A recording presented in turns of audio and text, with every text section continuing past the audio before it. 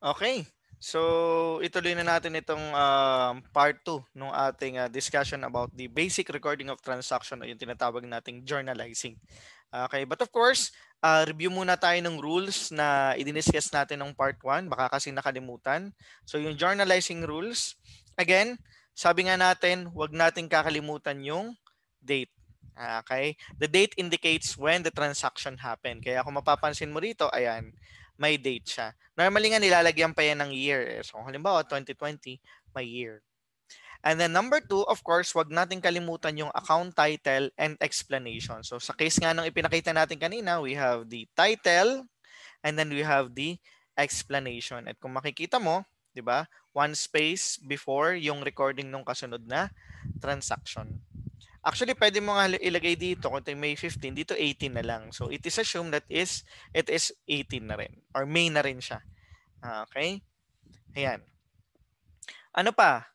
Um, yung posting reference, sabi dito, write the corresponding account number here once the entry is posted. However, it is left blank until the posting has been done. So, left blank daw siya until the posting is done. Ano ibig sabihin nun? Okay? Syempre, hindi pa naman natin pag-uusapan yung posting yung journalizing lang. So, sinasabi lang niya na once na nagawa mo na tong journal entry na to, di syempre, isa-summarize mo na siya, pupunta ka na dun sa step 3 yung posting sa general ledger. Ibig sabihin lang nun, once daw na na-post mo na siya sa general ledger, lalagyan mo rin siya rito ng posting reference o yung account number niya. Halimbawa, si Cash, okay, 101. Si Sun Capital, halimbawa, ay 401. Anong ibig sabihin kasi nun? Inilalagay mo yun, katunayan na na-post mo na yung transaction. Para ba siyang tickler na para hindi mo makalimutan. Ang assumption nan, kapag hindi mo nalagyan ng posting reference o ng account code ito, ibig sabihin hindi mo siya na-post. Yun. Okay. Pero ako, ang ginagawa ko, pwede rin naman kasi ito inilalagay mo na yung posting reference sa simula pa lang ng journalizing. Halimbawa, ganito, may nakalagay na. Once na nag-record ka. Okay? Ang ginagawa na lang during posting, instead of, syempre, nailagay mo na nga yung posting reference, chinecheck ka na lang sa side. Yan, check. Maliit na check lang. Katunayan nga no, na yung transaction na ito ay na-post mo na sa ledger, which is yun yung pag-uusapan natin sa step 3. Yan. But of course, sabi ko nga, journalizing pa lang tayo. So yun yung rule ha. Pwede mo nang lagyan ito ng account code and then once na i-post mo na, checkan mo na lang sa side. O kaya, choice mo rin naman ha, tsaka mo na siya lagyan ng account code kung um, na-post mo na siya. Pero sa case ko, okay lang sa akin na may account code na and then check na lang ng maliit pag na-posting na. So ibig sabihin, journalizing pa lang, ano na tayo, naglalagay na tayo ng account code. Okay? And then of course, yung debit and credit. Okay, makikita natin, 'di ba? Dito ayan yung amount. Debit and credit. Debit and credit, debit and credit. Yan. So, balanse, 'di ba? Yung nakalagay diyan. Yan. Okay? So, ano pa ba? So, yun yung use nung posting reference ha. Doon natin inilalagay yung account code na nakita natin doon sa chart of accounts. Okay? Yan. So punta na tayo dito sa sample problem with of course solution at i-explain natin paano naging ganong entry, di ba? Para mas ma-appreciate natin paano ba yung debit credit application na yan. Paano ba natin ma-apply yung sinasabi natin kanina, di ba? Yung ating basic rule na, di ba ito ay debit and then ito ay credit. Ano ba yan? Okay. Erasin nga natin, pangit na sulat Yan. Ayusin natin ang sulat. Credit. Yan. So sabi natin, every time daw na nagde-debit tayo ng asset, ng expense, tama ba? And then yung drawing account o yung withdrawal, ibig sabihin nag-aano siya? Nag-i-increase. Okay. Ibig sabihin once na mapunta siya doon, magdi-decrease siya. Kabaliktaran, di ba? And the good thing is, sa expense at saka si drawing account, normally for journalizing purposes ng basic accounting, journal, dito lang sa portion na to, normally nasa debit side naman siya. So hindi mo siya makikita dun sa credit side unless may ginagawa ka ng closing entry. But of course, sabi ko nga, hindi pa yun yung pinag-aaralan natin. So, for the meantime, yan, naandyan lang yan. Pag nag-journalizing ka na ng basic transaction, hindi yan pwedeng mapunta sa credit side. Except kay asset. Okay? And then ano pa? Si liability Tig-tatlo kasi yan eh. Si equity or yung capital at saka si ano daw? Revenue or income. Yan, di ba? So sabi natin, every time na nasa credit itong tatlong ito, ano nangyayari sa kanya? Nag-i-increase. So ibig sabihin, once na pumunta siya sa kabila, tumawid bakod, okay, mababawasan siya. And the good thing is, sabi nga natin, for basic accounting purposes and journalizing, si equity at saka si revenue or income, lagi lang yan nasa credit. Meaning, pag nakita mo siyang debit, magda-doubt ka kung tama yun. Kasi nga, credit ito. Hindi mo siyang pwedeng mapapunta doon sa kabila. For basic accounting purposes, ha? Okay, wala pa tayo doon sa mga closing entry. So, yun lang muna yung tatandaan mo. And then, si liability lang muna, for now, yung pwedeng mapunta sa debit side. At tuwing nga kailang nangyayari yun, pag nagbabayad ng utang, di ba, nababawasan siya. Yan. Okay, so ito yung ating rules of debit and credit. I-apply na natin ngayon sa mga problem solving. So, problem number 1, yan. So again, ang ginagawa na ang gagawin natin dito, nagbigay tayo ng chart of accounts, 'di ba? Para may guide tayo. So kung ano yung account title na gagamitin natin. Sabi ko nga, every time na nagbibigay ako ng account title sa chart of accounts, yun yung gagamitin mo, strictly yun ang gagamitin mo. Huwag ka na mag-imbento ng iba kasi andito na. Unless otherwise nakalimutang ibigay. Pero bihira naman mangyari yun. Okay, so ito yung gagamitin natin. And paano nga ang chart of accounts? Ayan, di ba? May name ng business. Sabi niya, Tuli Security Services. Tuli. Okay, and then chart of accounts. And then kung mapapansin mo rito, andito yung account code, andito yung account title. And then yan, may account code. So yung po bang account code, sino po ba nagde-determine? 'Di ba? Yung account code naman, it varies within the business. So bahala siya kung gusto niya 1 2 3 4 or 100 101 100 mga something like that or 001. Okay, it doesn't matter kasi yun naman ay depende sa business. Yan. And then of course, appropriate account title andito. Yan. So ano daw gagawin natin ngayon? Magre-record o mag-journalize tayo dito. I-apply natin yung natutunan natin ng rules ng journalizing at saka ng debit, credit. Yan. So sa case ito, mga walang column-column, di ba? Kung mapapansin mo. So kapag ganyan, okay lang na maglagay tayo ng comma sa number. Okay? So simulan na natin kasi nakaka-excite eh, no? Yan. May sagot na eh. Pero okay lang i-explain natin. So sabi dito, on May 15, 2016, si Tulisan, okay, yun yung pangalan ng owner, opens Tuli Security Services. Okay, presented below are the transaction na nangyari daw ng May. Anong gagawin natin? I-journalize natin yung transaction. I-record natin siya.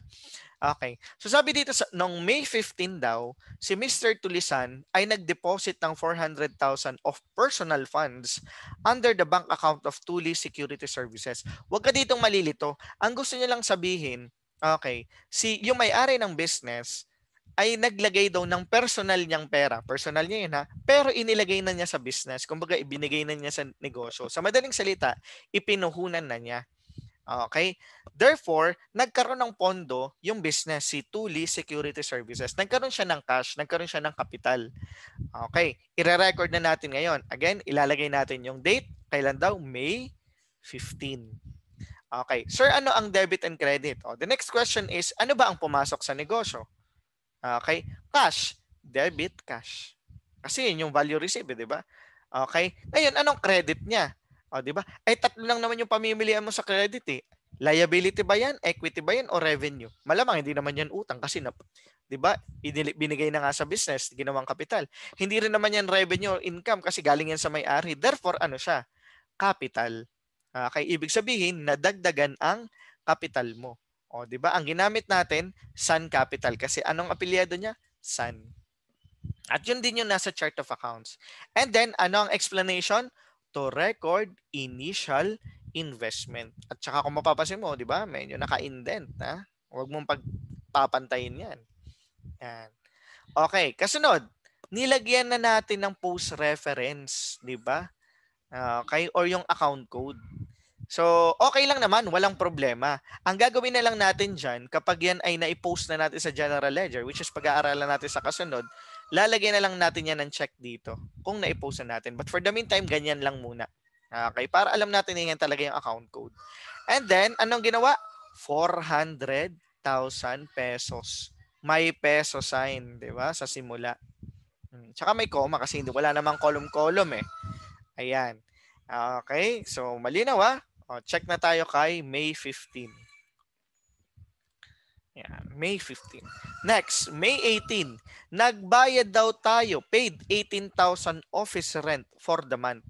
Nung May 18 daw, nagbayad daw tayo ng 18,000 pesos na rental expense. Okay, so, expense. 'Di ba? Sabi natin anong laman ng debit? Asset, expense, drawing. Alin siya doon sa tatlo? Malamang expense. Therefore, anong ide-debit natin? Rental expense. Magkano? 18,000 pesos. Tama ba? Okay, and then,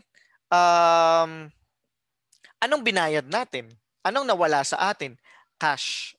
'Di ba? Nagbayad tayo ng cash. Magkano? Same amount din. 'Yun. Bumalik na. Okay. Share ulit tayo. Asa na ba? Ayan. Ito. Nawala tayo. Yan. Okay. Let's get back. Medyo nag-loading. No? Okay. Wait. I'll just put my video up at medyo mababa. Hindi ko makita yung entry. Yan. Okay. So sabi nga natin dito, ano ba tayo? Yan, rental expense. Okay? Hindi nga siya value received. Wala naman tayo literal na natanggap. Pero the mere fact na tayo ay gumamit ng space, okay, consider debit yon or value received yun para sa atin kasi nakinabang tayo. Yan. And then of course, ang pinakawalan natin, cash, kaya nabawasan ng cash. And then of course, explanation, paid office rent for the month. Yung explanation, di ka mahirapan, makikita mo naman siya dun sa problem. So, ika-copy-paste mo lang siya. Okay, May 21. Okay, ano sabi rito? Oops, wala. Okay, May 21, ano nangyari ng transaction? Purchased office equipment, 50,000 on account. Paliwanag natin to ha. Bumili ka daw, purchase eh. Ano daw binili mo? Office equipment. Magkano yung office equipment? 50,000. Okay, tanong, binayaran mo ba siya ng cash? Hindi. Okay, kasi sinabi on account. Pag nakita mo nakalagay na on account yan at purchase yan, ibig sabihin inutang yan or payable. Diba? Utang. So, nadagdagan ng utang mo. Nadagdagan din ang asset mo kasi bumili ka. So, i-record natin.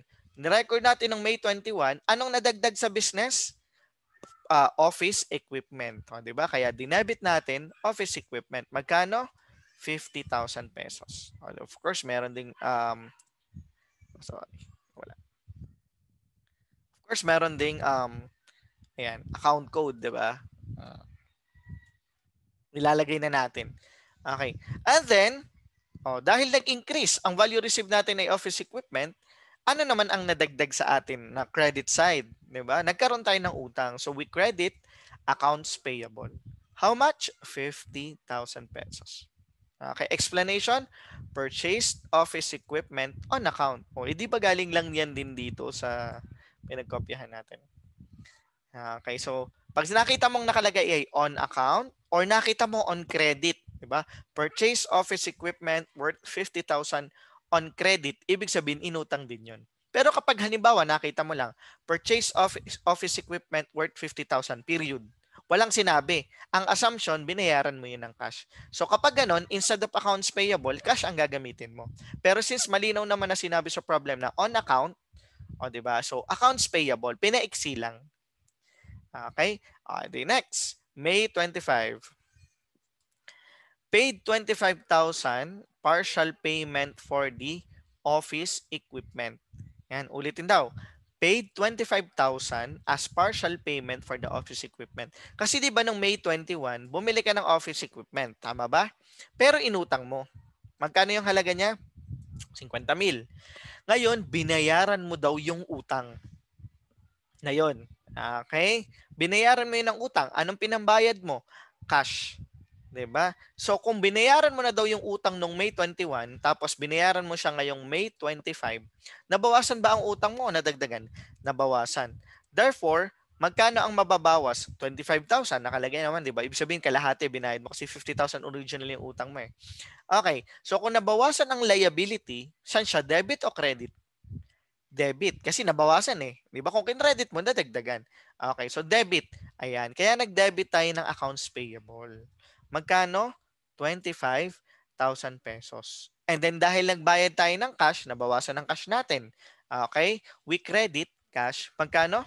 25,000 pesos. And then the explanation, to record payment on account. Nagbayad ka daw ng utang. Kaya kung mapapansin mo nung May 21, di ba? Nadagdagan ng utang mo. Ang utang mo, 50,000. Tama ba? Ayan, nasa credit. Pero nung May 25, nagbayad ka partially. 'Di ba? Nagbayad ka nga kalahati, kaya 25,000.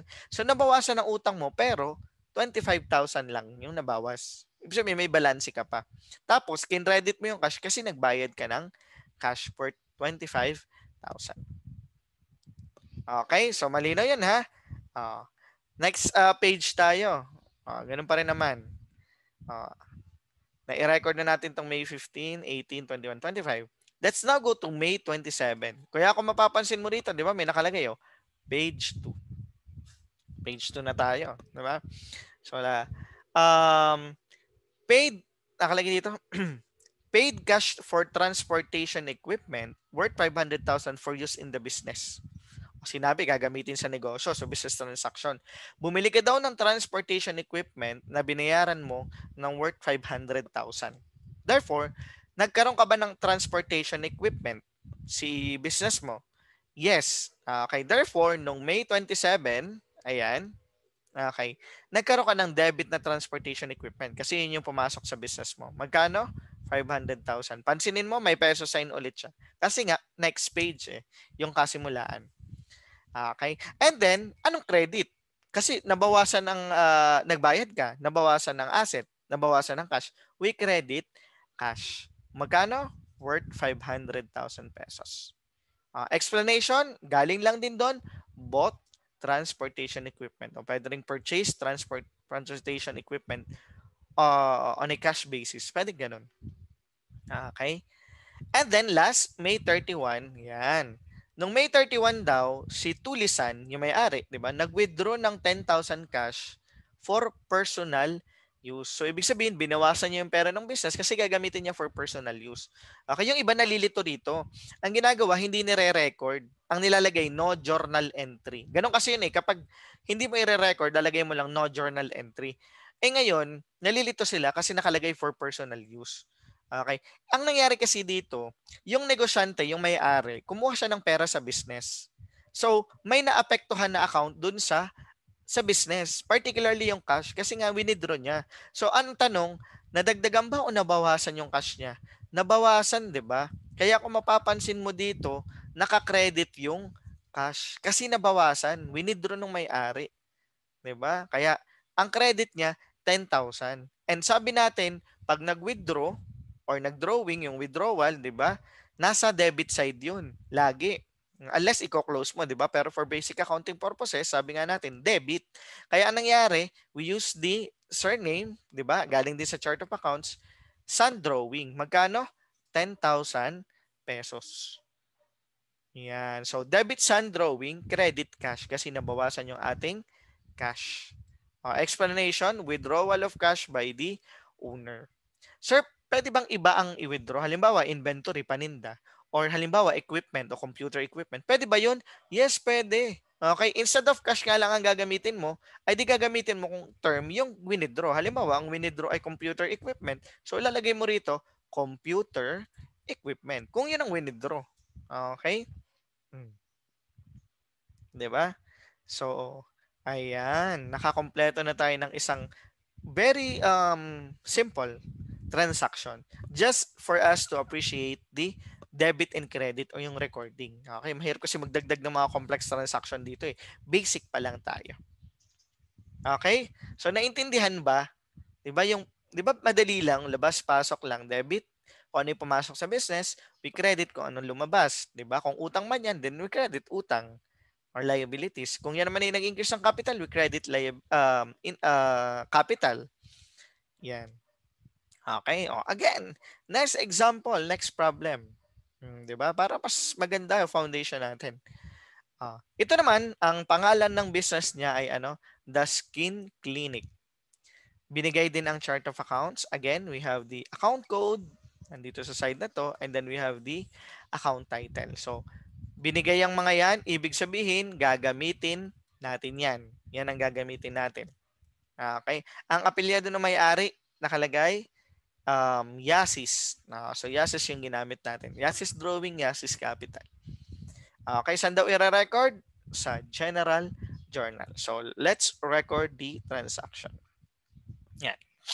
So, sabi dito, presented below are the transactions of the skin clinic owned by Dr. Psoriasis. Okay? Psoriasis, no? Sakit, no? Anyway, Yasis yung kanyang apelyido. So, si Dr. Psoriasis ay doon sa business niya, ito yung mga naging transactions. So, i-recordan natin. Okay, so April 5, ano daw? Si Dr. Psoriasis nag-invest ng 725,000 doon sa kanyang business. Ibig sabihin, from personal fund, iniligay niya sa negosyo. Kaya lumaki yung cash ng negosyo, lumaki din yung capital. That's why, anong pumasok sa business ng April 5? Cash. We debit cash. And then, dahil lumaki yung capital, we credit capital. Magkano? 725,000 pesos. Again, nakita mo ha, may peso sign. Diba? And then explanation, initial investment. Dali lang ha, di ba? Parang katulad lang nung kanina. April 7, purchase equipment. Bumili ka daw ng equipment from Triple X Merchant. 95,000. Pero nakalagay on account. Ibig sabihin, hindi mo binayaran ng pera. Bumili ka ng equipment, inutang mo. Yan. Therefore, i-record natin ng April 7, anong pumasok sa business? Equipment. So, we debit equipment. Magkano? 95,000 pesos. Ngayon, dahil utang, ibig sabihin, ang credit, utang. Lumaki utang mo eh. So, credit, ano daw? Accounts payable. Magkano? Same amount. 95,000. Anong explanation? Purchase equipment on account. O, ibig sabihin, bumili ka daw ng equipment tapos inutang mo yun or utang siya. Ayan, no, di ba? Napafamiliarize ka na, di ba? Madali lang. April 14. Bumili ka daw ng supplies for on the shop, amount to 16,000 on credit. So nakikita mo na naman yung word na on credit, 'di ba? Parang on account. Ibig sabihin, inutang mo yung mga office supplies o yung supplies na binili mo. So i-record natin yung transaction. So nung April 14, okay. Anong pumasok sa business dahil binili mo siya? Supplies. Magkano? 16,000. Yan. Bakit wala tong explanation? Mamaya lalagyan natin. Okay, and then anong credit? Hindi naman pwedeng capital. Hindi naman pwedeng income. Ano siya? Okay. Liability kasi nakalagay inutang on credit. So, accounts payable. Magkano? 16,000. Nakalimutan lang natin yung lagay na explanation pero dapat nakalagay dito purchased or bought. Pwede rin naman. Okay. Supplies on credit. Tapos space. Dapat may space dyan. Yan. Okay. Ngayon, paano anong rule kapag nagkamali ka ng journal entry? Assuming halimbawa, assuming lang ha, itong April 14, assuming hindi siya accounts payable. Assuming binayaran siya ng cash. Okay? Pero ang nailagay mo, accounts payable. Paano yun? Paano mo siya buburahin? Okay? So, clear muna natin itong portion na to. Delete. Assuming halimbawa, dapat cash ito, pero ang nailagay mo, accounts payable. Anong gagawin mo? Di ba? Siyempre, ibuburahin mo, babaguhin mo. Class, meron tayong proper way ng pagbubura, ng pagpapalit ng account. Yung iba kasi ang ginagawa, halimbawa, gagantuhin. Or kaysa na mga ganyan. O, di ba, ganyan. O, wag ganun. Okay? So, ang proper na pagbubura ganito, tapos proper na pagpapalit. Lalagay mo siya ng ganito. Yan. Ganun mo lang. Di ba? O, parang sa editing. Okay, asang straight line. Di ba? Tapos ilalagay mo halimbawa ay cash. Kung nagkamali ka. Okay? Again, sample lang yan. Pero itong entry na to, hindi naman to mali. Tama ito. Assuming lang na magpapalit ka. Okay? So, ganun yung proper way ng pagpapalit or tawag dito, pagko-correct. Hindi yung gugurihan, hindi yung gaganunin mo. Mali yun, ha? Okay, doon tayo sa proper way. Ayan. So, okay na tayo dito? Let's now go to April 16. Yan. Paid Triple X merchants in full. Tapos sasabihin mo, sir, ano nakalagay? Paid. Binayaran daw si Triple X merchant in full amount. Pero wala naman nakalagay. Of course, wala talaga diyang nakalagay. Kasi kailan ba nangyari yung bumili ka kay Triple X? Balikan natin yung story. 'Di ba? Nung April 7, ayan, tingnan mo to. Bumili ka ng equipment kay Triple X merchant. Magkano yun? 95,000. So, pero inutang mo siya nung panahon no, nung April 7. Ngayon, pagdating daw ng April 16, binayaran mo na yung utang mo in full. So, magkano yun? 95,000. Therefore, kung binayaran mo na nung April 16 ang utang mo, nabawasan ba o nadagdagan ng utang? Nabawasan. Therefore, anong ide-debit mo? 'Di ba?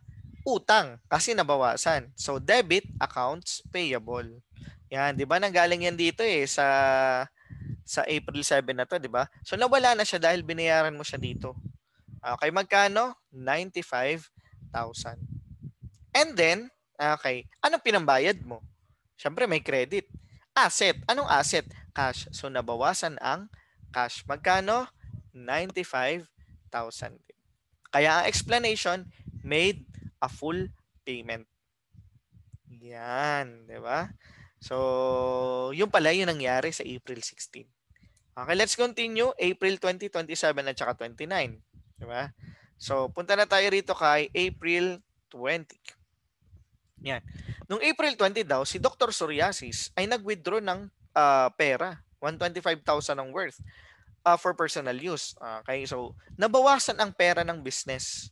So, tapos nagkaroon ng drawing. So, nakita mo na yan, automatic yung record nung April 20 kay Yasis drawing. Magkano? 125,000 yung withdraw niya. Ngayon, anong nabawas sa business? Cash. Therefore, kung nabawas ang cash, debit, credit. Credit kasi nabawasan nga, di ba? We credit cash. Magkano? 125,000. Explanation, to record personal withdrawal. O kaya pwede mo na lang ilagay dyan, personal drawing account of the owner or personal withdrawal. Gets na yun. Okay? Ang importante, tama yung debit at credit mo. Di ba? Kasi explanation, kukuhain mo lang din naman dun sa statement of the problem dito. And then, April 27, you pay the assistant's salary for 25,000. So, nagbayad ka daw ng salary. The expense ito. Diba? Makikita mo naman sa chart of accounts. So, nung April 27, nagbayad ka daw ng salary. Okay, ano yung binayaran? Salary. Therefore, we debit salaries expense. O, di ba? Debit. Kasi expense. 25,000. And then, dahil nagbayad ka, nabawasan ang pera mo, ang cash mo. So, you credit cash 25,000. Okay, explanation to record payment of salaries. Okay, and then last transaction for the month of April, April 29, nagbayad ka daw ng utilities for the month. Pag sinabi mong utilities for the month, yan ay pinagsama-sama na nagbayad ka ng kuryente, nagbayad ka ng tubig, nagbayad ka sa mga janitorial. Pwede yung pagsamasamahin sa janitorial expense or sa utilities expense. So, magkano daw ang binayad mo? 6,300. So, nagkaroon ka ng expense noong April 29, magkano? Utilities expense, 6,300. And then, of course, dahil nabawasan ng cash, yan, yung credit cash, 6,300. Yan, di ba? Nasusundan mo na. Madali lang. Okay, ang mahalaga lang, iintindihin mo yung mga transaction. Okay, para alam mo kung anong gagamitin mong account title. At saka, yung chart of accounts, di ba, may mga account title yun. Parang clue mo na kasi siya kung alin din yung mga gagamitin mo dahil nababanggit naman yung mga keywords dun sa problem. Katulad nito, nagbayad ng utilities. So, utilities expense. Tapos credit cash kasi nakita mo naman yung word na paid. And ito naman, April 27, paid assistant salary. Ay di ba paid? So, cash yun, nawala. Anong nagkaroon? Expense, salaries expense. Yung isa naman, April 20, nag-withdraw daw. Di gamitin mo automatic. Yasis drawing. Anong winidraw? Cash. Edi credit cash. Diba? Madali lang. Okay? Yan. So, last problem or example natin, problem number 3 to complete this discussion. Yan. Kasi yung mga susunod exercises na yung gagawin mo, diba? Yan. Problem number 3. Again, ito naman, ang business niya ay ano, medyo ironic, dirty car wash. Di ba? Okay, pero yung word na ginamit, dirty. Di ba? Ayan, and then chart of accounts, ito na yung mga account title natin. Di ba? Yan. And then ano daw gagawin? I-record natin dito sa General Journal. So let's do it. Presented below are the transactions of Dirty Car Wash opened by sino may-ari? Mr. Derek T. Kaya ang ginamit na apelyido, di ba? T capital T drawing. Kailan nangyari ang transaction? July, for the month of July. So we record it. July 4, si Mr. T daw naglagay ng 55,000 as initial investment in the business. Therefore, yung pera ni Mr. T inilagay dun sa business. So nagkaroon ng pera ang business. Therefore, we record on July 4, okay, nag-increase ang cash ng business, debit cash. Okay, 55,000. Okay, dahil naglagay ng puhunan ng kapital, nag-increase ang capital. So we credit T capital 55,000. Explanation, initial investment. Diba? Paulit-ulit lang ano? July 7, paid rent for the month 10,000. So nagbayad ka daw ng rent, ang magkano amount? 10,000. So, noong July 7, nagkaroon ka ng rental expense or rent expense debit. Nagkano? 10,000. And then, anong binayad mo? Cash. You credit, cash. Yan. Inom muna tayong tubig at medyo sumasakit lang muna natin. Ano? Kaiimik. Connecting na naman tayo. No? Tingnan natin. Baka mamaya nawawala na yung recording natin. Share screen ulit tayo. Yan. Tuloy natin yung ating discussion. Okay. So, July 8. Ano nangyari nitong July 8? Purchase cleaning supplies. Magkano daw? 3,800. Katulad nun, walang sinabi na on account, hindi inutang. Ibig sabihin, binayaran siya ng cash. So, nung bumili daw tayo ng supplies, ano pumasok sa business? Supplies. So, nung July 8, we debit supplies. Magkano? 3,800. And then, we credit what? Cash. Okay? Kasi binayaran natin ng cash, 3,800. Okay? Yan. So, okay na tayo. July 8. July 12. Collected from Tekla Taxi, 9,500 for car wash. Anong cash wash? Car wash yan. Okay? Cash wash. Car wash services. Okay? So, ikaw daw, di ba, car wash ang iyong business. So, si Tekla Taxi, nag-render ka ng nilinis mo, nag-car wash siya. Okay. Ngayon, nagbayad siya ng pera. Okay, magkano yung binayad? 9,500. Therefore, nung July 12, magkano marireceive mo? Debit cash, 9,500. Kasi may pumasok na cash. Okay? And then, anong credit? Ay, di ba tatlo lang naman ang pagpipilian mo? Ano-ano ba yun? Liability, capital, o income? Liability ba yan? Binayaran ka na nga eh. So, hindi. Hindi rin naman capital kasi hindi naman yan additional investment ng owner. Okay, ano yan? Income yan. Kinita ng business mo. Therefore, you credit cleaning service income. Magkano? 9,500. Di ba? Ayan. So, nakatapos na tayo ng 4 transaction. Let's now go to July 18. July 18, anong sabi rito? Si Mr. T daw, again, nag-withdraw ng 9,000 for personal use. So, ibig sabihin na, nag-withdraw ng pera. Nakita mo, drawing account. Therefore, July 18, T drawing, with debit T drawing. Magkano? 9,000 pesos. Okay?